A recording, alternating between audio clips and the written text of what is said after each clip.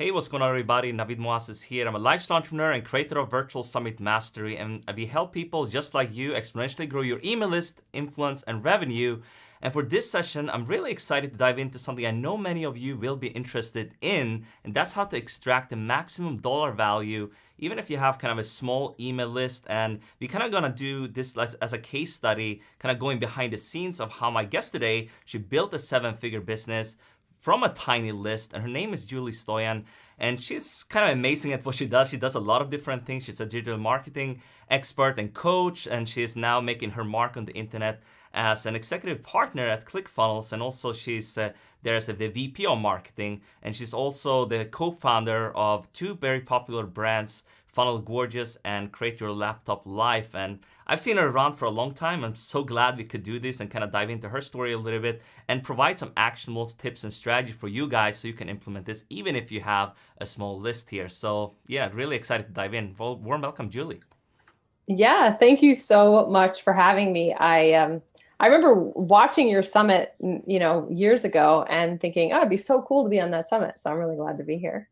Absolutely. So yeah, I kind of want to get into this right away. Obviously, we're going to provide some actionable tips and strategies here, but I mean, I know it wasn't always like that. So maybe give people a little bit perspective. Now you're kind of everywhere. People see you, if they follow ClickFunnels, obviously they see you a lot in the ClickFunnels community. And I know you've won the 2 Comma Award and all this kind of stuff. It's really cool. But I know I've seen your story. I've seen some presentations you've done, and it's pretty inspiring where you were just a few years ago and where you are today. So maybe walk this through this a little quickly, so your story, and then we can get into some tips and strategies here as well.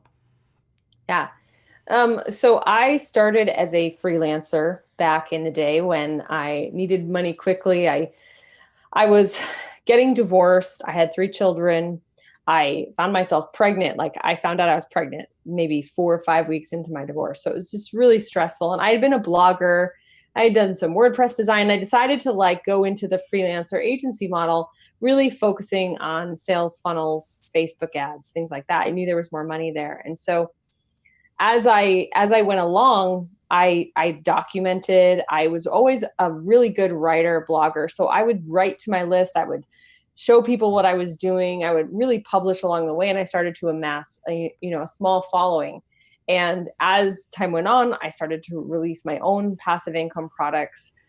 And it snowballed from there. And one of the things that has always been sort of my signature mark is that I'm way more interested in the quality of the relationships I have with people on my list versus quantity. And so even to this day, people think I have a huge list and I don't. But it's always been sort of a key factor. It's like, I want to really, really, draw people in that are really my avatar. And I don't necessarily want to just go for everybody. Absolutely. I mean, I'm a big fan of that as well. I mean, people probably watching this, they see this all the time. The money is in the list, but it's really in the relationships Yep. you have with that list and the audience audience you cultivate. But I was interested to know kind of when you started, how did you grow up the list? Was it from kind of client relationships or kind of word of mouth, or did you implement some strategies around this to actually grow your list and then obviously build that relationship with them? Yeah, so I used a lot of the things that people use for lists. I built lead magnets. I did a lot of live webinars before I even realized that webinars were meant to sell things. I used to do webinars just to demo my skills. And so I would collect leads that way. I would collect leads sometimes just by being super valuable in a Facebook group. People would go over to my timeline, like, who is this girl? Click on my photos or my links in my bio and stuff and get on my list that way. It's pretty slow and steady growth. I did, see an increase when I would use Facebook ads, but I didn't use Facebook ads until I had a pretty large suite of passive income products. So I was doing a lot of organic. I did a little bit of SEO, things like that in my blog posts, adding content upgrades and stuff like that. So I did lots of methods basically to grow my list. Yeah, kind of testing a little bit of everything, but that's great. So how did you actually build such a high value list, so to speak, so you can actually extract so much value? Because you built this. I mean, first you obviously built this up to 6 figures, and then took that to 7-figure level. I mean, there was different stages. Yeah. I kind of saw around you, studied a little bit your story and saw what you were doing there. So also a presentation you did. kind of at Funnel Hacking Live, I believe you shared a little bit around the different stages and how you went through this and started creating products and all this. So maybe you can walk people through how you actually built that, very solid relationship with your email subscribers. So basically they bought, anything you put out there pretty much.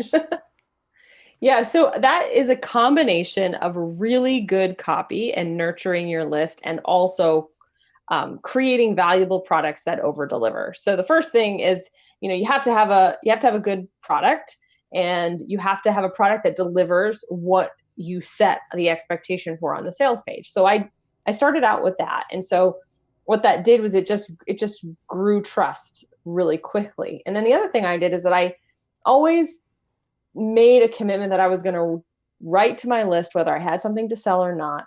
And I would write value and sales emails, both.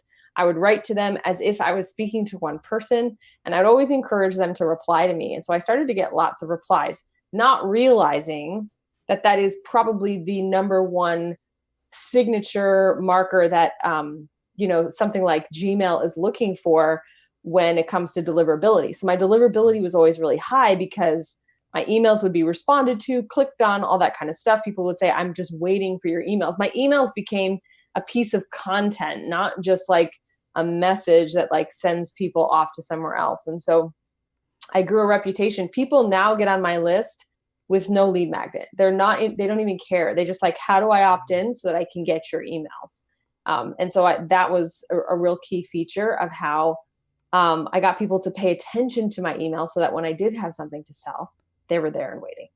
Yeah, so how do you actually get that messaging so good, like that people come on? Like, so you mentioned the sales pages and all this, and I also speak into this, that replies are very important. We actually use this, I learned this from Ryan Levesque back in the day. Like, if people sign up to your list, like you can even have, in that first email, or even like few minutes or few hours afterwards, you send like, hey, did you get that thing? And like, what are you struggling with when it comes to X? And you get a bunch of replies. We've done this for summits, we've done this for other things, and my email inbox is like blowing up. And that's kind of whitelisting or adding it to their contacts. I really like that. I'm glad you shared that. But I think beyond that, like, said the copy is really important. How do you get that messaging really dialed in, especially kind of when you're starting out?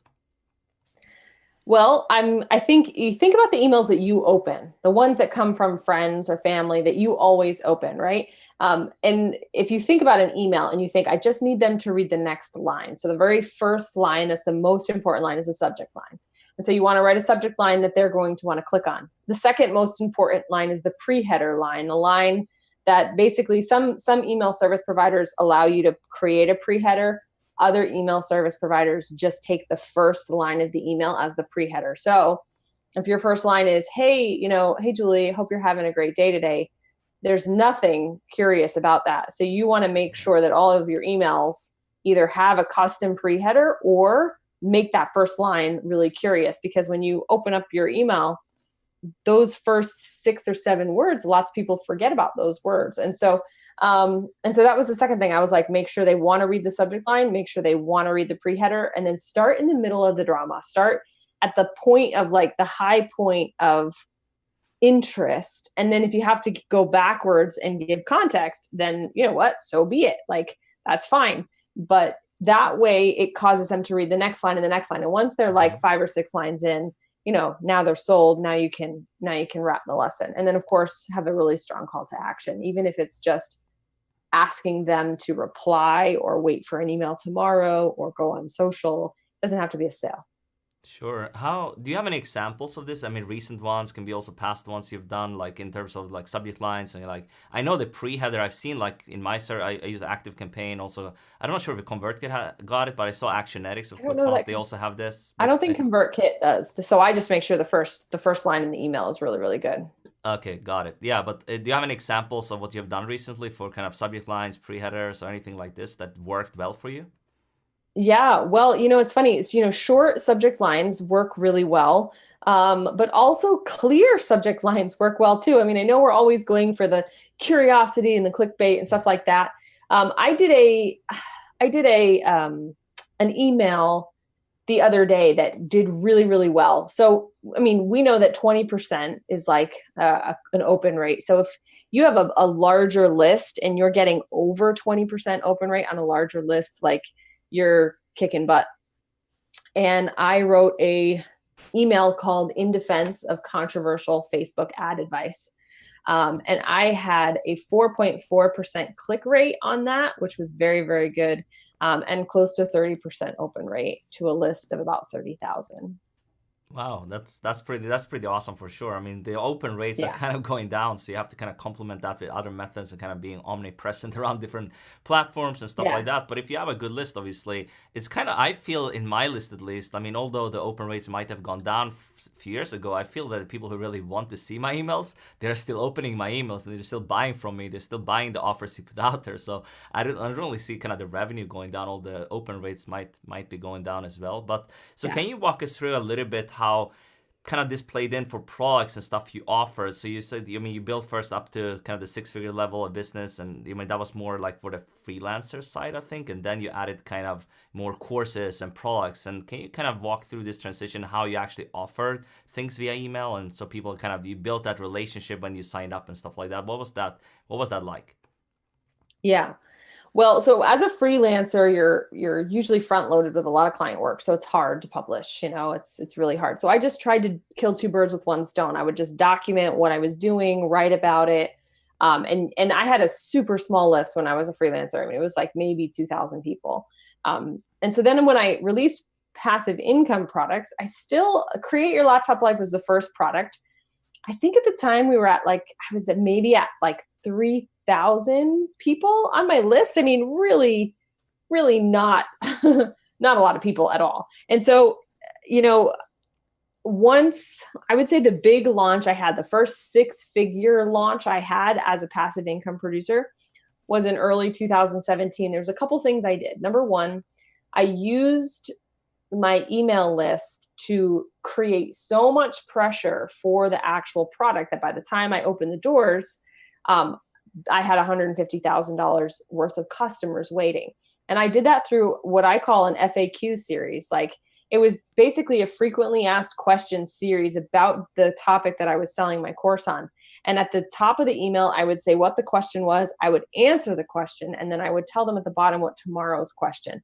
So it had almost this spiral effect where people started waiting for the emails because they were seeing what the question was for the next day. And then at the bottom of the email, I would put, in the PS area, I'd be like, did you miss the earlier questions? Click back to read them. And I would like link out to the browser version of the emails. I did this probably for like 12 days straight. And every single email was at least 2,000 words of just as much value as I could create. I opened the cart to a sales page, no webinar, no ads, no nothing, and made 150 grand on that launch. And I would say my list was maybe at 5,000, maybe. Wow. I mean, this is incredible because I mean, we always hear you need to have this perfect webinar, which is, you should have that, obviously. You should have all that, but you don't need everything if you're useful. It sounds like to you, like being valuable to people, like people, because if they are on your list, they probably sign up for a reason, right? Especially if you have something good to offer. And then if you're useful, answering questions like you did, I mean, it's going to be kind of, obvious. People want, at least some people want to sign up for this, especially you build kind of this buzz beforehand. I've seen Stu McLaren talk about this, kind of having this pre-launch, kind of before you open the doors, kind of doing something, right? And kind of building up that buzz. Can also be later on if you had case studies and stuff, obviously. But was this the first? It wasn't the first time you launched this. You had done like a beta or something maybe before. Or was this? No, this was the beta. I had not one module of this course written. That's even more incredible in that case. That's even more incredible. It was crazy. There you have it. That's really inspiring. If you're on here, I mean, I'm sure you're inspired. Leave a comment below if you thought that was interesting, because I thought this was kind of after a beta. You did like a six-figure launch. No, but that's really this cool, was a actually. beta launch to $1,000 program with no live webinar. Yeah. Okay. So it was incredible. I had a really good sales page. And like I said, I built a ton of pressure leading up to it with that series of emails. And those emails were like, I mean, they were significant emails. They were not little emails. And people always say, oh, people aren't going to read 2,000 word emails. Yes, they will. If it's good, they will. Exactly. So this like emails should be as long as they need to be basically. But is that kind of Yeah. like they built on each other? So you kind of did you feel that you dropped off there a little bit, that people actually had a long series and people like stopped opening them? Or did I mean Russell talks about kind of the soap opera, Andrew Chaperon, soap opera sequence. Was that kind of a little Yeah. bit like that? So they built on each other so people get in, I gotta open the next one basically. Was that kind of how you structured this a little bit so you They didn't actually were, see too much drop off? well, no, they were all standalone emails. So you didn't have to have read the previous Okay, ones got it. to get into the list because people were opting in, every day and they were just getting the next one. But what I would Uh, do is it was like an FAQ series. So I left all the other emails at the bottom. So a lot of people would read the question and be like, "Ooh, I want to know the answer to that." And they'd click on it and they would go ahead and read, like back read them because they wanted all those questions answered. And these were questions like, because it was about digital marketing, right? So these were questions like, well, how do I get started if I don't have experience yet? I answered the question in a way that actually delivered value. So it was like they were almost in training already in the email sequence. You know what I mean? Yeah.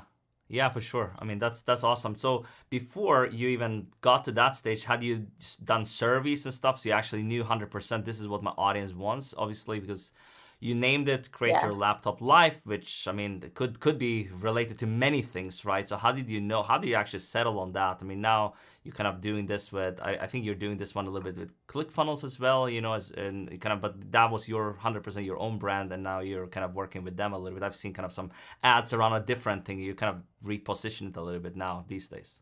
Yeah. So the one I'm talking about right now is actually for a product that's not on the market right now. It's not currently Okay. open. This was for Digital Gangsta. So Create Your Laptop Life was Got it. different. Oh, This so was for Digital digital Gangsta. thing. Okay, that's what I thought. I didn't see that on your site anymore. So that's like I was wondering Yeah, what happened to that one. But that was your it's flagship currently program. that was my flagship program. It's not open right now. But I'm also doing these kinds of launches for Funnel Gorgeous as well, which is, you know, design. It's where design and conversion meet. So I've been doing it. I do it on little scales. And here's the thing that's really cool. So I have a student in my mastermind, and she wanted to sell a WordPress course. She's a web designer. She's trying to find passive income, right? So she wanted to do a WordPress course. And she had no list, like 0 people. And I said, this is the kind of pressure launch you should do. It always does start with a question, a one question. You can't say one question survey. Don't make your question cheesy. Don't make it a question everyone's heard a million times because nobody's going to want to do it. So you have to be creative in how you ask the question.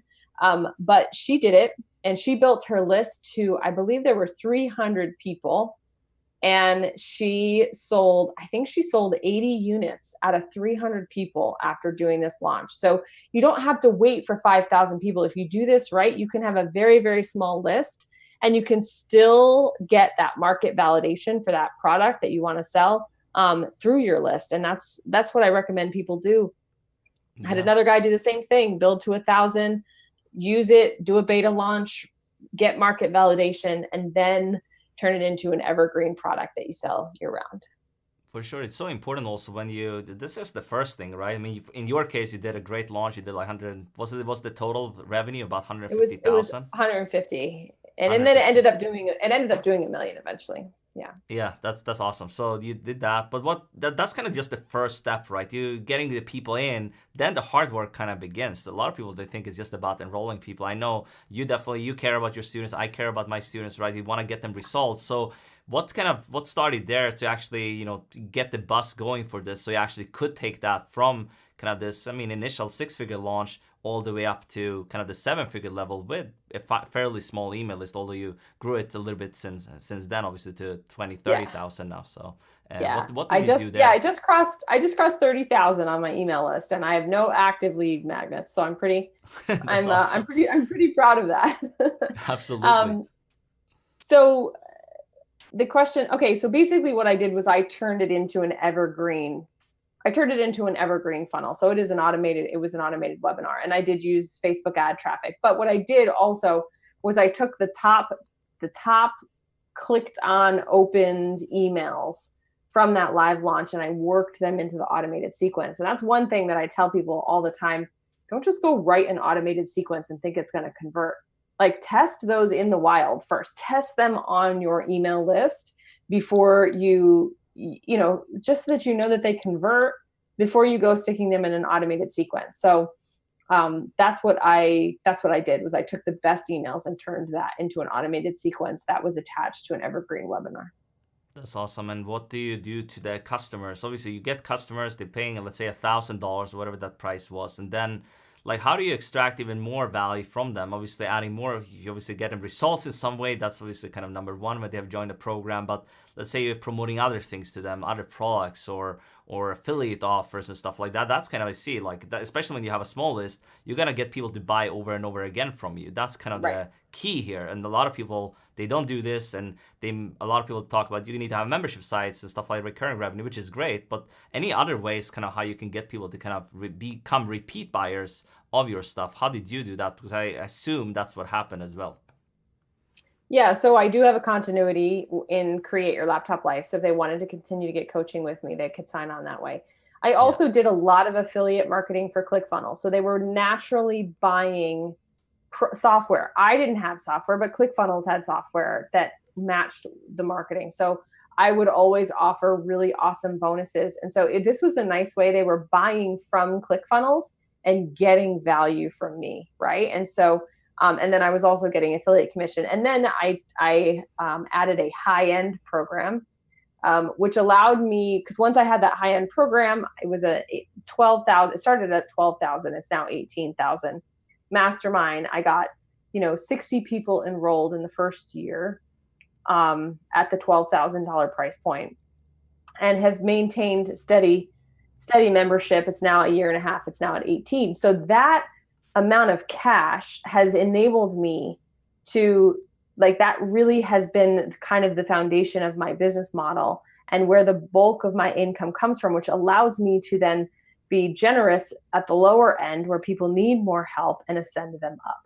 And so, in an info product business, right, this is, if you don't have software, you don't have physical products, you don't have consumption products that people, order over and over and over again, like supplements, you do have to be a little creative. And my business as it stands is probably built to be about a $3 million business, at which point it would then need to, we would need to add things like software and other types of products to scale it up. But, for most people, a $3 million info product with a, 50 to 60% profit margin is a brilliant, beautiful business, right, to run.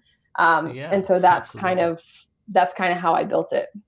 Yeah, if you do it the right way, obviously you can have good profit, have a good kind of smaller team, but still, be able to do this. Exactly. You can have the freedom, be with your family and stuff like that. I'm sure people watching here, they wouldn't say no to that, right? Maybe you are in the, just starting out, 5-figure, low 6-figure, whatever you are, like you can build it up that way. But I know you have also done, actually, that's what I wanted to get to a little bit. You have been on kind of the top kind of leaderboards for, I think you were in the Expert Secrets, right? You were in one of the top ones, but you had, I'm not sure what your list was at that stage, but I know there were some really big players participating in this launch, and you crushed it. So why don't you walk us through a little bit kind of how you did that, how you cultivated this? I know you mentioned some bonuses for ClickFunnels. I don't know what played a role into that you can actually finish so highly on such a competitive launch. Yeah, well, that launch was crazy. I mean, that was like the turning point of a lot of things for me. So the Expert Secrets launch was, I was at Funnel Hacking Live. I saw the book. I was like, well, I'll participate. I sent an email to my list, and I created a great bonus, like a really nice bonus. And it was a discount on the Digital Gangsta, which was about to launch. So it was like, this was in the middle of the beta launch for Digital Gangsta. So I actually created a discount code for people who bought the Expert Secrets book. And so I got a huge influx of people to buy it. And then the first time the leaderboard came out, I was number 6. And I was like, holy crap. Right. And I saw all the people, Grant Cardone, Tony Robbins, Jeff Walker, and I was the only female. So I was like, oh, look at this, And so then, of course, it ignited this competitive edge in me. So what happened was I reached out to Dave Woodward, and I was like, I'm in the top 10. I want an interview with Russell Brunson. He's like, no, I'm sorry. And I was so mad because then I saw Russell doing interviews with everybody else in the top 10 except for me. And I was like, what? What am I, chopped liver? You know what I mean? But I had literally come out of nowhere. Dave had no idea who I was. And I was like, you don't understand. My audience is really, really loyal and passionate. And no. Right. I couldn't get through the gatekeeper. Wow. Well, one night I decided to take to social media. I was mad. I had a bee in my bonnet, and I found something to be mad about. And I wrote this post, and it blew up, got everybody's attention, including Russell Brunson, because it's a little bit of a dig at Russell at the time. And it basically became the catalyst for Russell being like, hey, what's up? And I was like, I wanted an interview with you and you're just ignoring me, but I am on the top 10. You've got to pay attention to me. So that sort of like set off our friendship, which was hilarious. And then what happened was my entire community all of a sudden felt this injustice and was like, no, she deserves to be there. She's one of the only female internet marketers and blah, blah, blah. And it just got more and more competitive. So what happened was I kept releasing bonuses, and my community offered bonuses pro bono. They were like, I'll do this. And so people kept buying books over and over again, like from me, just to get the new bonuses that were rolling out. And then people started emailing their lists with my affiliate link to try to help me win, because now it became like the underdog, like she's going to do it. Like a female is going to come out and she's going to beat Tony Robbins, like in this internet marketing world. Nobody knew her. And so I just had this like groundswell of people that started advocating on my behalf. And by the end, I had placed 4th. And I would like to say, even though I'm good friends with Dan Henry and Peng Joon, who were the top 2. And it's all funny now, but at the time they were paying people to buy books. Like, I don't know if you remember, it was like, it was like this big controversy. Remember that. And then John Lee Dumas. So according to me, even though I was 4th, I consider myself 2nd because I didn't subject my audience to paying them to buy books. And Tony Robbins was number 5. So that was my big claim to fame in the internet marketing world. That's so incredible. It was kind of like me a little bit. It was not such a big launch, but it was kind of a big launch. It was for Ramit Sethi. Like that was after my first summit back in 2014. Then in 2015, I promoted him. Did like a big, I don't know. I finished like number 1. Came out of nowhere, ahead of John Lee Dumas. Like even his brother and some other people at the time were promoting Ramit. And I was like finishing number 1 there and got his cash prize. That got his attention. So I completely agree. Like finishing on the top of a leaderboard can get the attention of a big influencer you might not otherwise maybe meet or something like this. So I wanted to share around this maybe some other tips, like you mentioned bonus packages, which could be important. So you had like one of the smallest lists, but really engaged obviously when you got into that launch. Anything you did kind of besides obviously getting your community involved and stuff like that, that's amazing obviously. But let's say you can't do that. Do you have any other ideas for people how they can actually put together this and actually do well with an affiliate launch or something with a small list? Yeah. So if you have a small list, it's all about the bonuses, all about the offer, and also a cause. Like have a reason. That was one thing that really sparked a lot of energy in my affiliate contest, was that I had a cause, an accidental cause, but a cause nonetheless. And so if you have a reason, a mission, something that you're doing while you're doing it, as well as a really, really good offer, that is usually enough to beat out most of the mediocre affiliates. Because now people are they're buying almost because of you more than they are the actual product. And lazy affiliate marketers will just like let the person who's doing the launch do all the hard selling and just like, throw their link everywhere and hope for the best. No, I call this the swipe affiliate, like when you just take the swipe copy and paste it into your email and and hope for the best. That's basically what a lot of people do. And they might get a sale if they have a big list. Or, if they have a big list, you probably get some sales, but that's not the best way to do it because you look really inauthentic and you're not going to build that relationship with your list. When I promote stuff, I get almost I don't get many unsubscribes because people, even when I'm selling or promoting something, I'm adding value at the same time. So people actually enjoy this process. And I wanted to kind of talk a little bit, maybe you can share some examples around this as well for bonuses. What kind of bonuses did you offer for Expert Secrets that kind of crushed all other bonuses, so to speak? Yeah, so I did a discount for Digital Gangsta, which was a huge incentive. I'd also conveniently been promoting the Digital Gangsta in this FAQ series, so there was a lot of pressure built up, so that was like a huge bonus. I also did like swipe copy, so things that feel tangible, right? Like, I'm going to get this funnel, I'm going to get this copy, I'm going to get this whatever little black book. Anything that has that sense of like tangibleness has a higher dollar value amount. So there was that.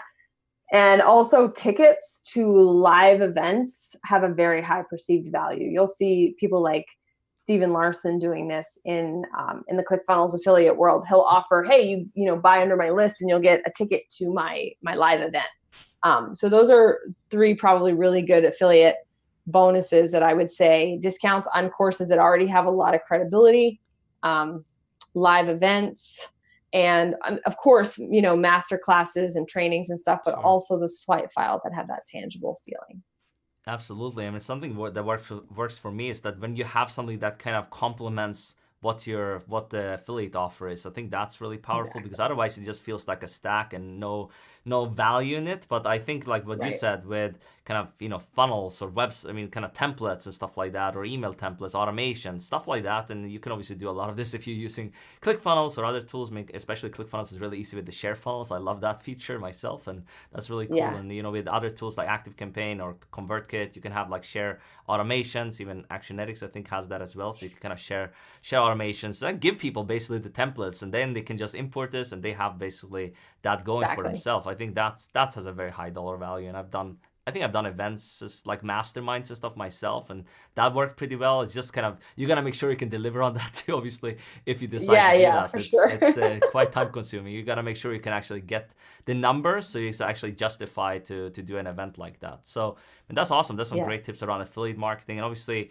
we just say that kind of how big percentage of your business at that time was kind of the affiliate side versus your own products, so people kind of know, I mean, did you promote a lot of things, or was it because kind of the ClickFunnels that you focused in on, and then complemented that with your own products? Yeah, so I have to think. I mean, I think last year in my business, gross, I did 2.1 million, and I would say about 300,000 of it was affiliate commissions. Probably about 300. Yeah. That's pretty solid. That's pretty solid. We do pretty good with affiliate marketing as well. We do like these reviews and stuff like that, and occasionally also like, I love the recurring commissions. That's I love the recurring commissions. Yeah, launches are great. You get to look some cash flow, but honestly, a lot of these launches, they don't have evergreen funnels, and then you're just kind of coming on and you're sending a lot of emails, and then it's just kind of over. But ClickFunnels, some other software tools, they have great affiliate programs. So definitely check a tip is to check kind of in your market. If you're in online marketing, obviously there's a lot, but even health niche and other markets, they do have kind of solid affiliate programs. So kind of wanted to shift gears a little bit on that. We talked obviously how we gave some tips around this, but like the kind of the ongoing communication with your list outside of kind of launches, promotions, all of this. What do you do around this, like to kind of make sure you have this consistency with your subscribers, and like organically kind of mentioning things here and there that might make you money, or signing up for things and stuff like that? How do you do that today? Yeah, so I'm now an executive partner over at ClickFunnels, so I'm no longer I graduated from affiliate to partner, so I don't send affiliate promotions out anymore, but I do have still things for sale in my mastermind and Funnel Gorgeous, and every once in a while I'll promote somebody else's product and stuff if it's in line with mine. And but I honestly I go back to my blogging days where value trumps everything and keeps the list really warm. So I've been actually blogging my book. I'm working on a book on productivity for entrepreneurs, and I just don't have any time in my day to write a book. So I thought if I write 40 emails at about, somewhere between 1,000 and 2,000 words each, I'll have my book. So I've been working on that, and that gives me, it doubles as getting my book written. It also doubles as like, hey, these are emails that are coming that have a tremendous amount of value in them, which gets, great open rates and, hundreds of responses and things like that. And that also will build pressure so that when the book is released, people will be like, oh yeah, I want that book. I think that's a really good. I have never heard someone says. I mean, I've seen like Michael Hyatt, for example, released Platform University, and he kind of had a blog, and that was part of his book. But I've never really heard someone say that writing the emails and that can turn into kind of the book, or at least part of it, right? That's actually a good idea. And I got to ask you also around kind of what is some productivity hacks you're implementing then for kind of stay so consistent, because you have so many moving pieces. You have a family, you have obviously ClickFunnels, you have your own stuff, and all this kind of stuff going on. How do you actually stay on the top of your game to actually produce stuff consistently and being productive? Well, it's interesting because in writing this book, productivity is, most typically people think of it as time management, right? Like how to manage your time. And so I have a system called the 10, 50, 100 system of time. It's on my blog over at juliestoian.com. You can find it. But the gist of it is that a lot of people do things because they think they should do them in a certain order, and they don't learn how to train themselves to optimize the very few, very precious hours we have every day with peak brain power and save the most important brain heavy tasks for that. A lot of us, we get up, we take a shower, we eat breakfast, we work out, we do all these things that really you don't need a lot of brain power to shower. You don't need a lot of brain power to make a smoothie. You don't really even need a lot of brain power to work out. And so we do all these things, and then we waste the most effective brain time we have. And so for me, it became about switching that around. I had to do it. It all started when my kids were little and they would go down for a nap, and I had 90 minutes and I was paralyzed. Like, these 90 minutes were so precious to me. I was like, I can't do dishes. I can't shower. I can't do this. I started stripping away everything, because I would always ask myself, could I do that with the kids awake? Yes, I could. Okay, so don't do it in my 90 minutes. Could I do that with the kids? Yes, I could. And I kept doing that until I came up with the very precious few things that were left that I literally could not do with the kids awake. And those became what I call my 100 tasks. The tasks that take 100% of my brain power, that nothing can interrupt me for. And I denoted that time sacred time. So I write about this. That's one of the things that I do now. So like this morning, I had to write a sales page. My instinct when I sit down at my desk at 8 a.m. is to check my email, check Facebook, get up Trello, figure out what I'm going to do. But I told myself last night, it was a 100 block of time, and I was going to write the sales copy. It's wildly uncomfortable, but once you get into the flow of it, you'll start to panic if you're using sacred time ineffectively, because you know better. Because most people really only have about 6 hours a week of that kind of time. And it's amazing how fast your priorities come in line if you see it that way and you start creating your schedule around it. I love this. This is great, and definitely, if you have some resource around this, I can link it up below as well, so people can check this out. Sure. And obviously, when is your book coming out? By the way, is that kind of in the well? Next I know. I'm like, I think I'm like 12,000 words in. So I'm like 12 chapters in. They're all on my blog. A lot of them I turn into podcasts. So people have been getting a lot of value out of them. But part of it is like not only about managing time, but also like how to become more productive, right? A lot of people ask me like, how do you produce so much content? And so I'm really trying to break down how I do that, to how I stay so prolific, and what are the habits, because I know for a lot of entrepreneurs, being prolific is one of their biggest issues. Yeah, absolutely. And what's your? I know I get this question quite a bit from people as well. Like in terms of like, especially since we talked about the emails you're writing and stuff like that. What's your recommendations when it comes to how many emails do you send a week? I've seen some people sending like once a day. Some people send a few times a day, or like just being a consistent flow with it. Well, what do you do? Or what do people in your world kind of recommend as well for this? I like 3 times a week. I think 3 times a week is perfect. I don't worry so much if I write every day for a while, if it's really good value, because I realized, it was funny. I wrote an email to my list, and then I opened up my other email service provider and I wrote an email to my Funnel Gorgeous list. And I thought, I have no trouble writing 2 emails in one day from 2 different brands.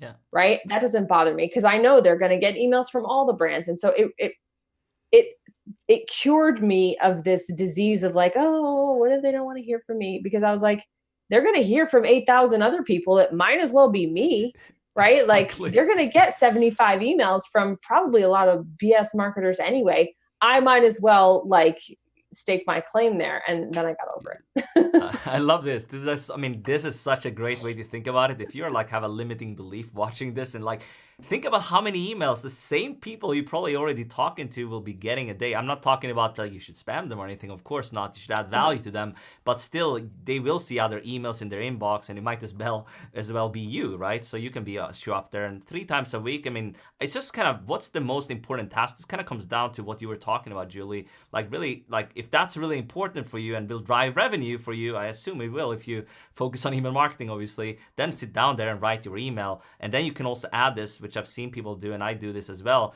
to kind of this long evergreen sequence. I mean, I think Russell talks about Seinfeld and all this. You can kind of add this to a long email, or you can send kind of broadcast emails too. It doesn't really matter, but you can automate this even if you do it the right way and you have kind of evergreen offers. Then you can have like a year's worth of emails when people sign up to your list, maybe to get your soap opera sequence or whatever, and then you get like emails for a very long time, and you don't have to feel even stressed about this. That's kind of what we are setting up for my business, and just kind of have this. So if I'm traveling, I don't have to feel that I need to write an email. It just kind of comes out kind of organically via my provider. So that's something we're setting up.